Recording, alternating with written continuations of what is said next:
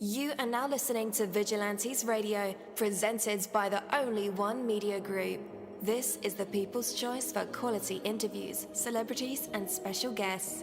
Hosted by Demetrius Dinny Reynolds. Call in to join the mix at 701-801-9813. For the complete archive of episodes, visit onlyonemediagroup.com and be sure to like us on Facebook at Vigilantes Radio.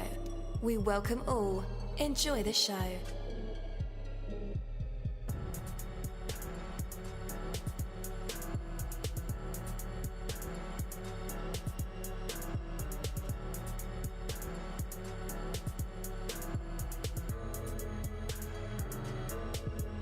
Ladies and gentlemen, please welcome your host, Demetrius Houdini Black Reynolds. Enjoy the show.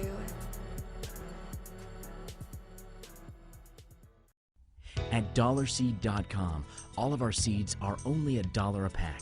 And we have online resources that teach you all about the rewarding hobby of growing your own plants, flowers, herbs, and vegetables.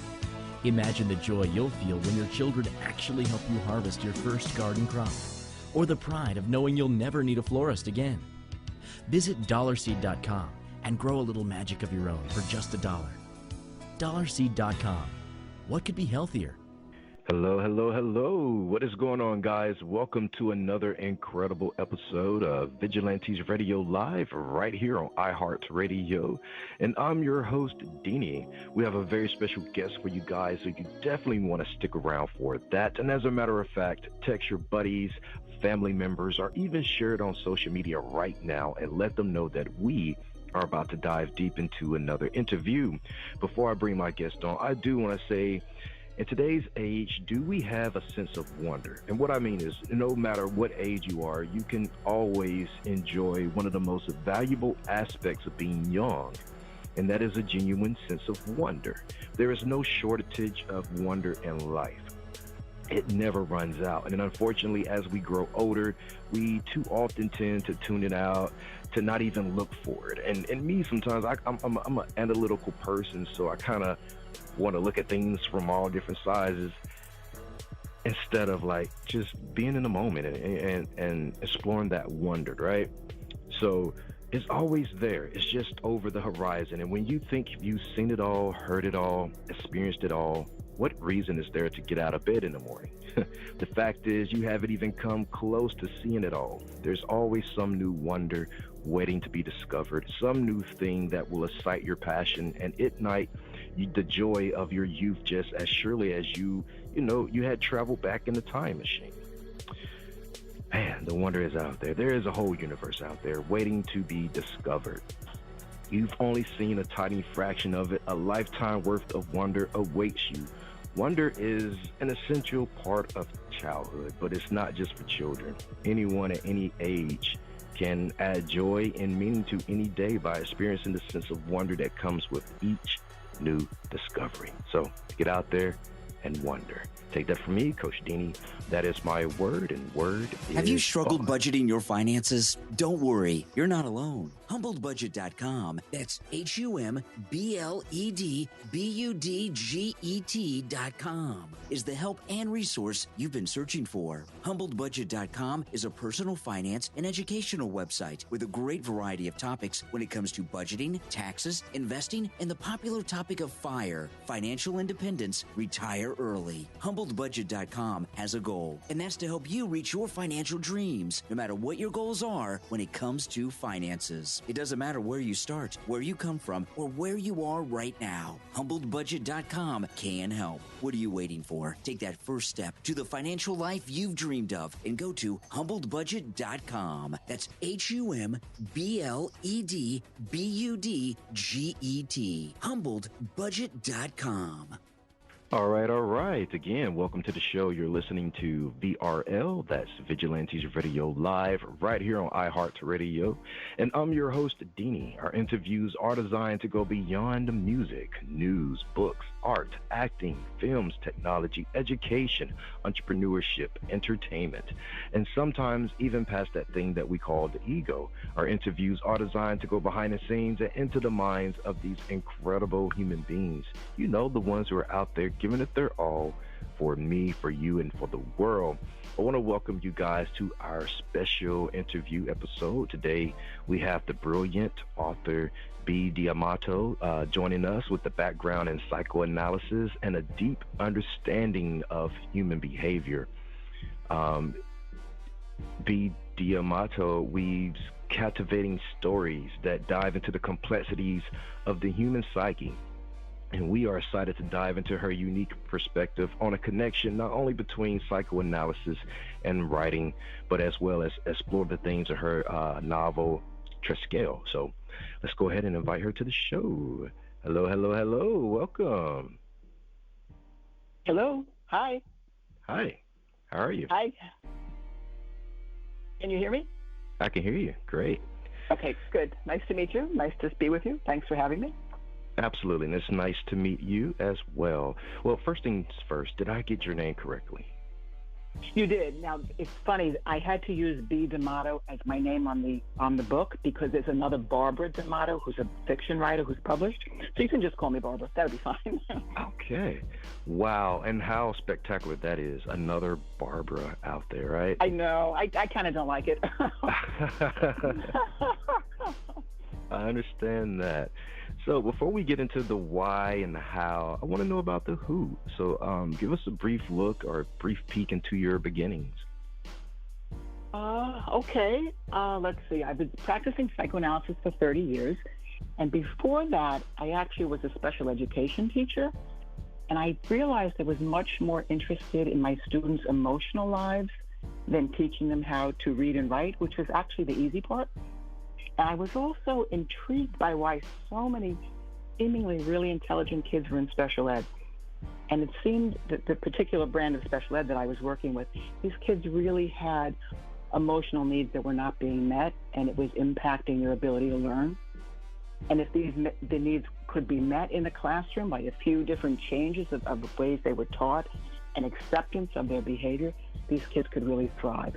So that's how I really got hooked into really wanting to understand the emotional lives of people.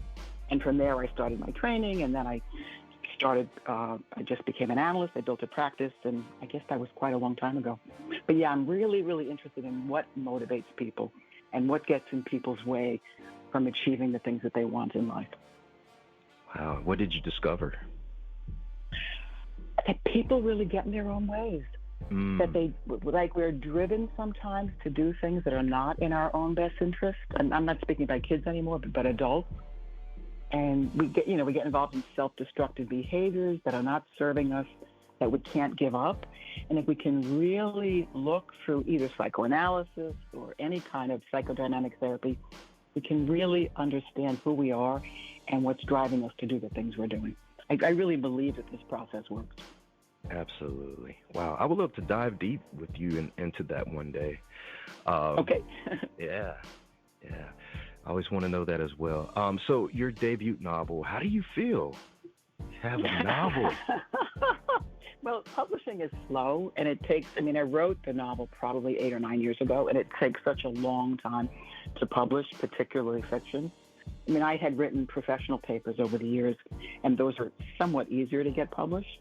But to shift into fiction was something so different that when I finally published it, I was ecstatic. I'm quite thrilled. Yeah. How did you celebrate? Oh, I've probably been celebrating since it got published in various ways. No. It's just I had a book launch, and I've done readings in bookstores, which is so fun because people get to see the author and ask you about the book, and it's just a really different kind of thing than being an analyst sitting in a room, listening to my patients telling me their stories. So I think all psychoanalysts are really frustrated gabbers who really want to do the talking, and they don't. So yeah, well, it's been wonderful. Yeah, you have to take in a moment one day, stop and hey, it's here. I did it. Yeah. Oh, absolutely. Yeah. Yes. Yeah. So tell us about the novel and the inspiration behind it. Okay, the novel has a very unusual name, triskele. The triskele is an ancient Celtic pre-Christian symbol that is 3 interconnected spirals that are held together through a common core. So the book, Triskele, is about 3 interconnected characters who really need each other, and they don't know it. They sort of meet in a very random set of experiences and coincidences, and they really, really need each other to help them grow and to achieve what the three of them are actually looking for. They're all deeply damaged in some way, and they're looking for what I call grace in the book, to be accepted and to sort of be who they really are. And three of them really impact each other in this very tight way. So that's sort of the meaning of the book. I think the other question you asked was what made me write it, or what was the second part of the question? Just what inspired the story. You know, you said you've written professional documents or pages before, but this was the first time you ventured into nonfiction. Right. I think just listening to people's stories as a psychoanalyst over so many years, that there's so much material there. I mean, people have asked me, is this one particular patient or is this one particular case? And it's not. It's kind of a conglomerate of many, many, many stories of people who are really searching to be who they are, and they're getting in their own way. Absolutely. So your work in psychoanalysis and writing allows you to explore the motivations and desires that drive human behavior. I bet you had a field day, with the characters. But how has your experience in psychoanalysis influenced your approach to creating and understanding the fictional characters in your novel? Oh, that's a good question. I think we're all driven in some way by things that we don't always understand. And people do things that they don't always understand, and we all have a dark side. And in our society, in our world, based on either religion or cultures, we don't want to believe that it's dark side. And we all have, bad impulses sometimes. And people tend to sort of want to push those away. And the more you push something away, sometimes the stronger it gets. So I think through analysis, and which I think I demonstrated in the story, if people can talk through these bad feelings or these bad experiences, they can separate the feeling that they have from having to go into action. And I think that's sort of a core message I wanted people to understand. You can feel bad, you can dislike somebody, you can not want to be around them, but you don't have to act on those feelings if you can know that you have them and just kind of manage them and work through them. That's kind of a long answer to your question. But no, it's a great answer. Did you have trouble putting yourself in your character's shoes? I think what I tried to avoid doing was putting too much of myself into my characters, because it's so interesting. As a psychoanalyst, you're really not revealing yourself. You're kind of just being there as a container for the patient to tell you all of what's going on with them. And when you write, you're really exposing yourself. And I have this idea that writers, certainly fictional writers, are resolving some of their own conflicts through the characters they create. So some of that was a little tricky, that I didn't want to reveal too much of myself. Absolutely. All right. So the themes of abandonment, loss, and longing are central in Triskele. Can you tell us more about how these themes manifest in your novel and how they relate to your understanding of the human psyche through your work in psychoanalysis? I know I keep going back to that, but it seems like you're the expert. That's okay. I mean, that's what the story's really about. I mean, it starts out these two siblings, they're very young kids in a dysfunctional family. There's a very unstable mother and no dad. And this sexual molestation happens to the sister from the brother's good friend who was sleeping over. So from that experience, he goes to take revenge on the friend gets injured, something terrible happens, and he has to run away from home. So from this one incident, a whole series of bad events happen. The mother has a breakdown, and the sister is put in foster care. Horrible. The family is shattered. So from that, each of these characters is now filled with some longing to sort of reconnect to the missing sibling, to the lost mother, and their whole life now is a series of trying to become whole again. So there's a longing to connect with people that they've lost, and that's where the abandonment part comes in. In this particular family, they lost each other, they lost people, but for patients, that can happen in a variety of ways. I think it's a very universal thing that people have lost something very early in life, and they spend a lifetime looking for it. Yes, indeed. So writing and psychoanalysis both involve diving into the depths of human nature. In what ways do you see these two disciplines intersecting, and how do they inform and or even inspire each other in your creative process? Well, they're two sort of sides, two different sides of the same coin, I think. Psychoanalysis is a very cathartic experience for patients, where they've held on to things they've never told anybody, or they've looked at, they've expressed things that they've looked at differently. So it's a very cathartic experience. Writing is similarly a cathartic experience. When you're writing, you're just bringing up, whether it's fictional, imaginary, creative process, you're pulling up something out of yourself. So I think in that way, they definitely inform each other. When you're doing it, you may not be aware of it, but it's definitely coming from inside of your body in some way. Yes. And also your previous work outside of the novel focused on clinical material and psychoanalysis. And now you have ventured into fiction writing, which is I think is a huge shift, you know? Oh, totally. It's a completely different. When you write a professional paper, you have to sort of back up what you're saying. You have to have all your references in order. You have to make sure what you're saying is accurate. In fiction, you kind of can do whatever you want. Not that I didn't do research. I mean, I did a lot of research, about locations. And Paul is studying to be a priest. I had to read, what do you do to study to be a priest? But there's a much more creative process where I could just go wherever I wanted to go. Very, very different. But it was liberating in a way. Yeah, I was going to ask you, how deep into research did you go? I researched all sorts of things. Like if I wanted something to happen in a particular neighborhood, I looked up that neighborhood. At one point, Paul was hitchhiking up to his father's farm in a certain city that I wanted to make sure there was a highway that had the right number. And all sorts of things like that. Nice. All right. So, you were able to explore inner conflicts, opposing impulses of your characters in different ways. Which character did you enjoy putting these kind of things together, especially the inner conflicts?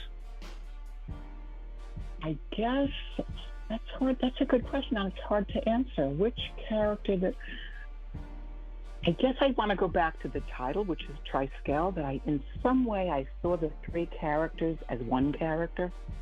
That each one of them had some deep baggage, some heavy baggage they were carrying that they needed to resolve, and they didn't know how.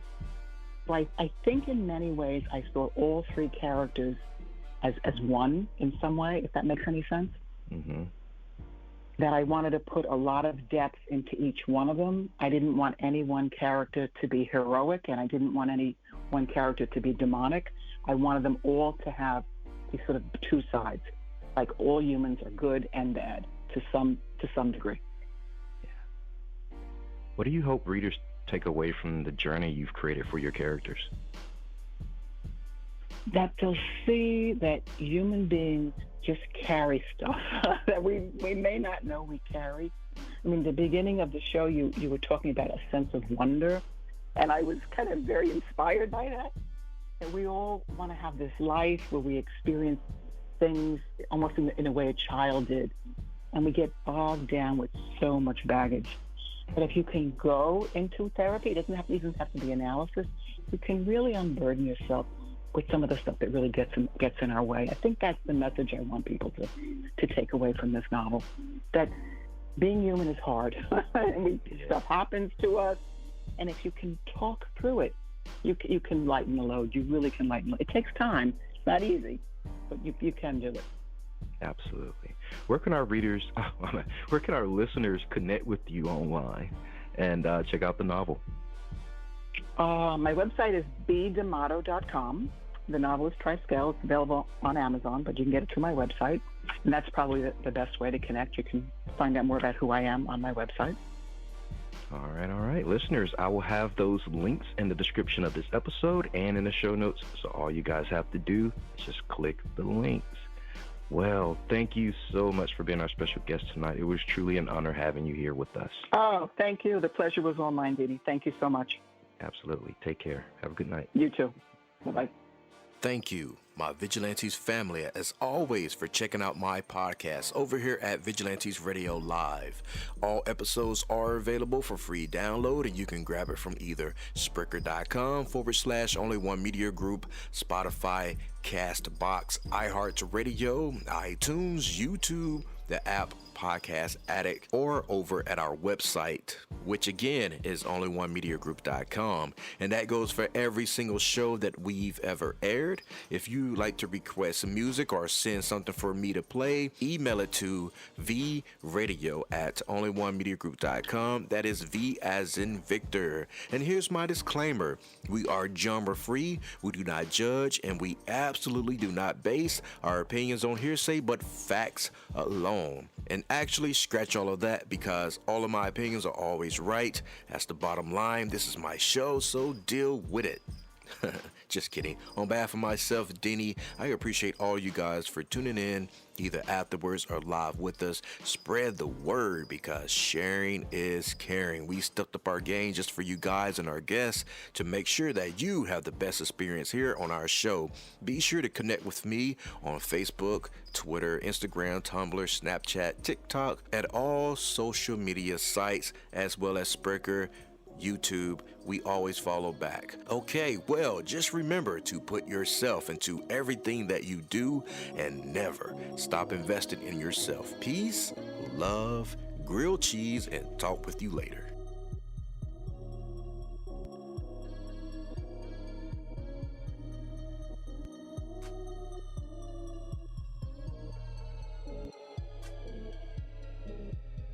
You are now listening to Vigilantes Radio, the people's choice for quality interviews, art, music, and hot topics. Hosted by Demetrius Houdini Black Reynolds of the duo No Longer the Hero. All episodes of this podcast are available for free download at www.onlyonemediagroup.com. This is a Seventh Sign Regime Rebirth Worldwide Syndicate exclusive.